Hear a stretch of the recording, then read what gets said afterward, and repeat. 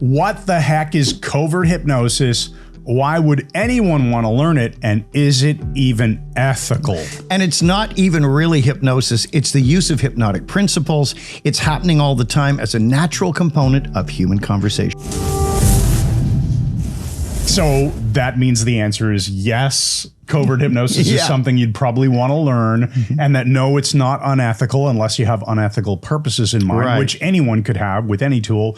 And let's dive into it. So first of all, you said it's not really the same as normal hypnosis. Right. In other words, it's not formal hypnosis, right? There's no relaxation. You're not telling someone to close their eyes or stare at the stinging watch. Stare at the stinging. Or that, yeah. Watch that stings. You're not swearing at a swinging watch either. You're not staring at something, or it's no floating hands, no catalepsy. So if it's not all that stuff, Mike, what is it, Mike? What is it?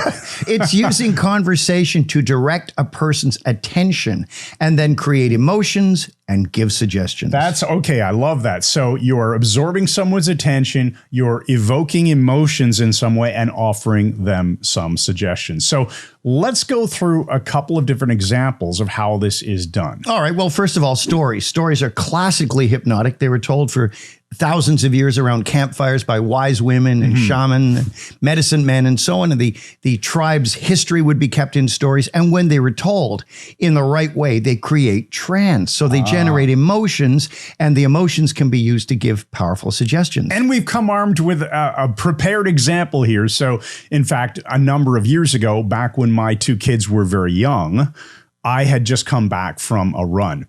And while I was on the run, something happened, which I'll tell you about in a moment. But my kids, when I got home, my kids were fighting with each other because I think it was something like one kid wanted to borrow a stuffed animal from her older sister and she wasn't letting her have it, right? And so all I did is I told the story about, oh, you wouldn't believe what just happened to me. I was out on this run, and as I was looping around and about to come home, I came across a woman, and she was trying to break into her own car with a coat hanger, to unlock the door. And I stopped and asked her if she needed any help. And she said, yeah, she couldn't open the car and her puppy was in the back seat. Now, the kids, of course, are very absorbed in the story. And I go on to explain how I helped this woman, and embedded suggestion, it's really nice to do nice things for other people. And I got the puppy out, and the puppy jumped into her arms, and, it all wrapped up. Well, what does that story do, Mike?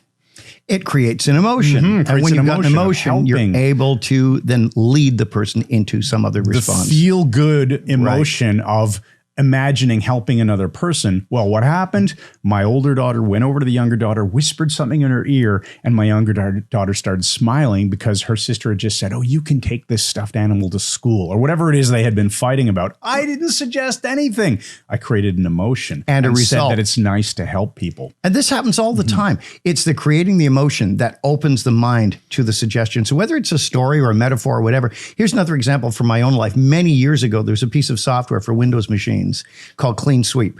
And what this did was it would take out, file fragments and so on, and basically optimize your hard drive. And back then it was a hard drive. Back then when there were hard drives. That's right. And so I wanted to get this, and I'd spent a lot of money on computer games. And I knew my wife did not want me spending any more. So here's what I said.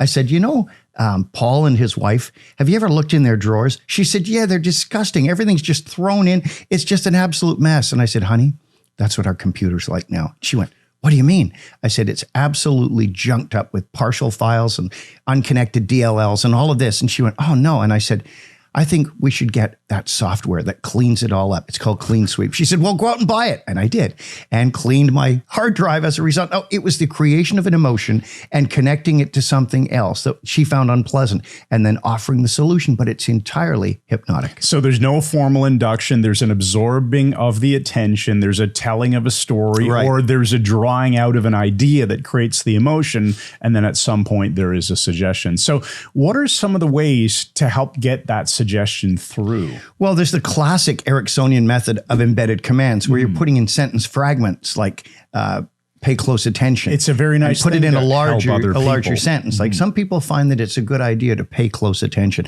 And I'm marking that to make it sound obvious to the unconscious mind. It's slipping past the critical faculty and going directly in. So there are some ways to help you create your suggestions. So anytime that you're using conversation, what's that? There you go. Anytime you're using conversation to elicit emotions and offer suggestions, you are doing covert hypnosis. So the question is, who would want to learn this? Well, anybody who wants to become more influential, if you want to be able to be a better speaker or salesperson, if you want to help people in casual conversations where they don't know you're even doing anything, it's useful for basically any human being who interacts with other human beings. And we actually have a companion video. We'll link to it here. Hopefully somewhere on this video, there'll be like a button you can click and it'll take you to a separate video on how to use hypnosis to become a better salesperson. So what's the next question? Well, is this even ethical? Go ahead. I knew you were going to get to the ethics of it. We said we were going to bring that up. So let's bring that up. Is this even ethical? Is it ethical to be using the principles of covert or conversational hypnosis in whatever setting? Well, it's happening all the time anyway.